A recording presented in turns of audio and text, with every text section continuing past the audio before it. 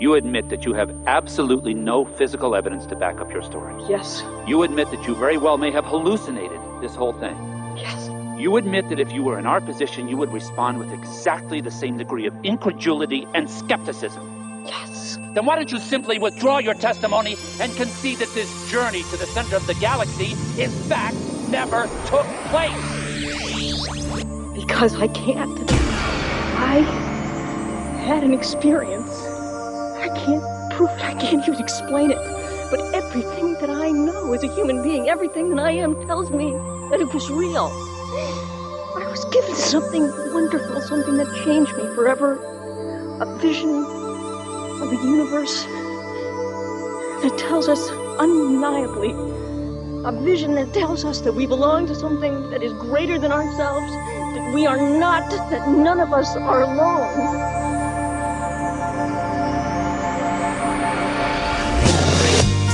Welcome to Reasonable Faith, Conversations with William Lane Craig. I'm Kevin Harris, and we hope you'll find the topics we discuss enriching and enlightening concerning the big questions of life. Dr. William Lane Craig is a noted philosopher and theologian known for his work on the existence of God, philosophy of time, and the resurrection of Jesus.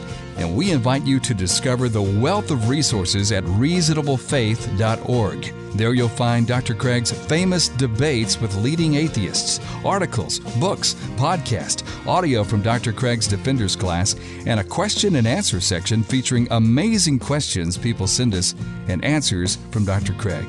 That's reasonablefaith.org. reasonablefaith.org. The inner witness of the Holy Spirit. We've talked a lot about this, and it still generates questions to our website, reasonablefaith.org, Dr. Craig. So let's try to expound on it a little more. I think we can start this question by reading a question from a listener who says, "My question is, Dr. Craig, can subjective religious experience, that is the feeling of the presence of God or an awareness of the voice of the Holy Spirit, serve as good objective evidence showing the truth of the Christian faith? How can religious experience be self-authenticating in the epistemic sense, or in the area of knowledge, what we know? As adherers of different world religions have different religious experience, how can we tell whose religious experience is veritable or truthful?" Now, that's probably the top on the charts that comes up. The Mormons claim that they have a religious experience and so on. So take us through these waters. All right. First of all, it's very important to understand that the witness of the Holy Spirit is not just a subjective religious experience. This is an objective reality. It is a witness which God Himself bears with our spirit. It is as objective as light rays impinging upon your retina and causing you to see something. This is an objective work and activity of God on the Spirit. So this isn't just some sort of a subjective religious experience that arises from your own emotions and feelings. Now, having said that, that does not mean that the witness of the Holy Spirit serves as objective evidence for the Christian faith, as the readers seem to think. That's a misunderstanding of what one is talking about here. The witness of the Holy Spirit is not construed as evidence from which you then infer that God exists, as though one infers from this experience that the best explanation of this experience is that there really is a God. There are arguments like that from religious experience, but this is not an argument from religious experience. In fact, it's not an argument at all. It's the claim that you can know that God exists and that Christianity is true wholly apart from arguments, simply through the inner testimony of God to your heart. So don't think of this as an argument from religious experience. Rather, it is the claim that for the person to whom God bears witness by means of this spiritual testimony, such a person can know with confidence that Christianity is true because of the witness that God bears to him. Now he asks, how can this be self-authenticating? Well, I don't think that's hard to understand. An experience can be so powerful, so enlightening that it simply bears its own credentials. I think, for example, of the movie Contact, where the figure played by Jodie Foster has this experience at the climax of the movie of seeing the secret or the mystery of the universe and all of its majesty and its beauty. And she says, I never knew. And then when she comes back, she tries to relate this experience to others, and they're skeptical about it. She can't prove that it really happened and so forth. But for her herself, she had this experience. She saw it herself. For her, this was like a self-authenticating experience, even if she couldn't prove it to others. Now, as it turns out later, there were something like 18 minutes missing on the tape or something of that sort that did show she really was having this experience, and that tended to confirm it. But even apart from that, she didn't need that kind of evidence to know that what she had seen was true and authentic, because she had had the experience and it was so real, so overwhelming, that she knew it was valid. So how does this then impact the situation when you're confronted with someone else who claims to have a self-authenticating experience of God, say the Mormon or the Muslim? Well, it seems to me it doesn't do anything to logically undermine the truth of the claim on the part of someone who really has it. Someone who really has an objective witness of the Holy Spirit in his heart is not given any reason to doubt that claim by the fact that other people falsely claim to have a witness of the Holy Spirit, whether they do so sincerely and are just mistaken, or whether they do so insincerely and are just making it up. In either case, false claims to a witness of the Holy Spirit does nothing logically to undermine the authenticity of someone who has a genuine witness of the Holy Spirit. So it seems to me that this just isn't problematic at all. Is there an illustration from Plantinga that kind of sheds light on this, of someone accused of a crime? That's right. Relate that he for gives us. a wonderful illustration of someone who's trying to get one of his departmental colleagues to write a letter of recommendation for him for a grant. And he tries to bribe the colleague to write this glowing letter, and the colleague indignantly refuses and tries to report this to the chairman of the department in a letter.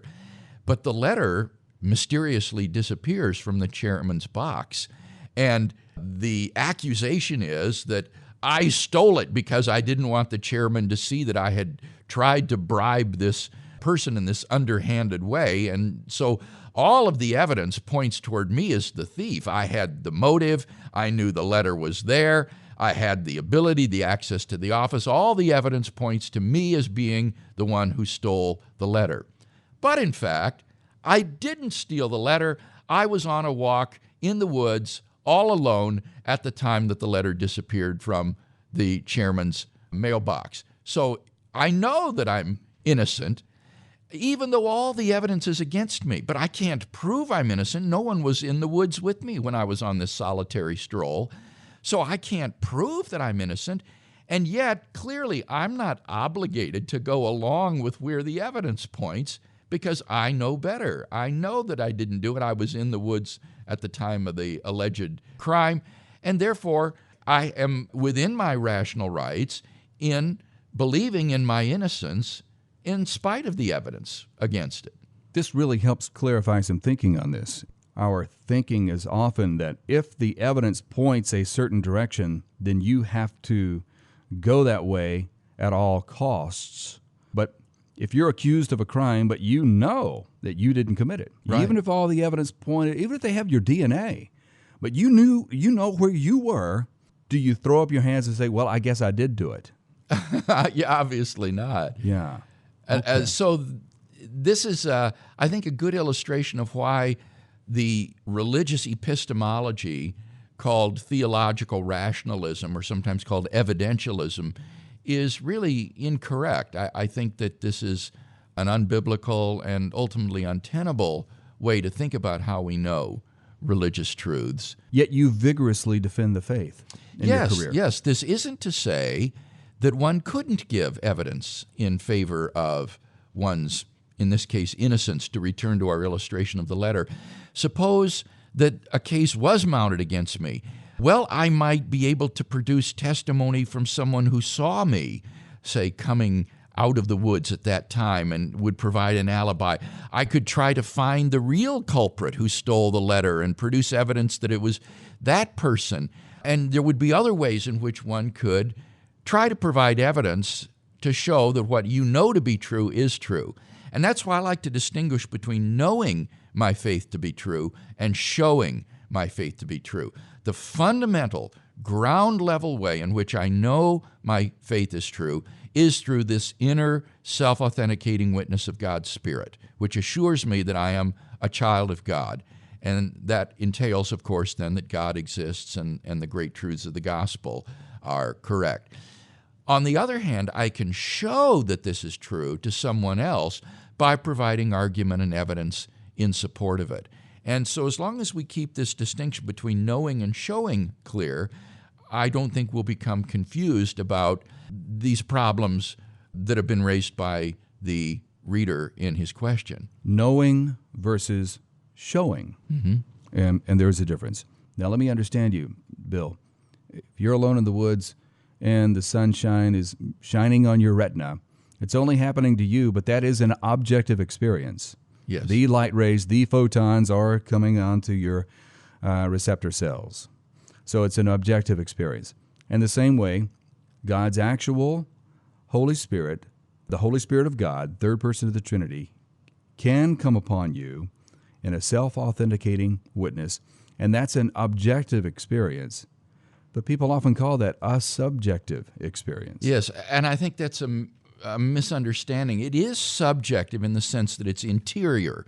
It's not something that is in the physical world. It's not a material event. Right, it's not a material event, and so in that sense, it's not part of the external physical world. But it is external in another sense, in that the Holy Spirit is an external reality that exists outside of me and who is having an impact, a causal effect upon me. So in that sense, it is external, but it produces an interior experience of an awareness of, as I say, the truths of the gospel, assurance of salvation, conviction of sin, things of this sort. And so people will sometimes confuse this with emotional experiences which are produced entirely from within and are merely subjective experiences. And you also see kind of the thrust of this question sent in by this listener who's saying, if you share your religious experience or your self-authenticating witness of the Spirit with someone from another faith and they share theirs with you, you are at a standoff. They've had their experience and you've had yours. Well, worse than that, I think that what the listener seems to be implying is that if you confront somebody else who claims to have a self-authenticating religious experience of a counter-Christian claim, that somehow undermines the rationality of your claim, and that you no longer have the right to claim that you know that Christianity is true or that it's rational for you to believe Christianity to be true just because somebody else makes that sort of a claim, which you would say is false. And that seems to me to be crazy. That doesn't make sense at all. To give an illustration, if we imagine, say, several bottles containing a clear liquid, and they all have a label on them that says H2O. So they have this clear liquid, they're all labeled water, but in fact, only one of them has water in it. The rest have poison. Now, is the accuracy and truth of the correctly labeled bottle in any way undermined by the fact that the other bottles have false labels on them? Well, it seems to me obviously not. Despite the existence of falsely labeled bottles, the one that is correctly labeled H2O remains accurate and true. And so similarly, the person who does have an objective witness of the Holy Spirit is not undermined or in any way rendered irrational because somebody else falsely claims to have a witness of the Holy Spirit. Let me try this. I've personally seen Mount Rushmore. I went there. I saw it. Now, if I'm in discussion with someone and they say, you know what, I went to that location too and it wasn't there. There is no Mount Rushmore. would I therefore go, oh, well, I guess I was wrong?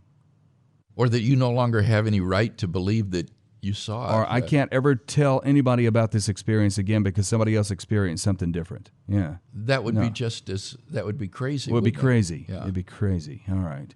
You would just say instead, either this other person is nuts or he was mistaken in some way. He wasn't really at that location, or he's lying deliberately, or something like that. But you wouldn't come to believe that you yourself failed to see Mount Rushmore. Here's another thing that would come in, and perhaps this applies. The evidence would be on my side. True. I could show the historicity of Mount Rushmore and so on. That would be the other right. element of showing it. So if a Mormon had a profound experience, and I believe that is a false religious system, they had a profound religious experience, burning in their bosom, as they call it, and they shared that with me, and I shared mine with them. At this time, it seems to me that apologetics would come into play because I've got the evidence on my side. Exactly. So that what you can each do at this point is say, well, we've each got our experience, but now what is the objective evidence to support the veridicality or the truth of our experience? To show what we know. To show what we know. And the hope would be then, in a case like this, Kevin, since that other person doesn't really have a self-authenticating witness of the Spirit, but merely some sort of a psychological religious experience, that under the weight of the evidence, his confidence will crack, and he will come to see that, in fact, he doesn't have a genuine experience of the Holy Spirit, that in fact he was mistaken, and he would change his mind and become a Christian. This is a real crux. This is the bottom line, I think, in a lot of things that people ask. And so I want to take a step further back. That is, what we're talking about here with the inner witness of the Holy Spirit usually relates to our salvation experience of God drawing us to Christ and so on. With the authenticating witness of the Holy Spirit, that Christianity, that the gospel is true. Mm-hmm. What about further back? God's revelation to the human heart of everyone that He is. Yeah. Now, that seems to me, just anecdotally, just from my own observation, most people have to talk themselves out of it, Bill. That we all have a tendency to gravitate toward the God of the universe, but then encounter some kind of an influence that turns us around. You know, there are actually sociological studies that support that, Kevin, that there is a kind of innate tendency to believe in God that then has to be suppressed or one has to be disabused of. So there is support for what you're suggesting. And I think that the Scriptures indicate that through the Holy Spirit, God seeks to draw persons to a knowledge of Himself.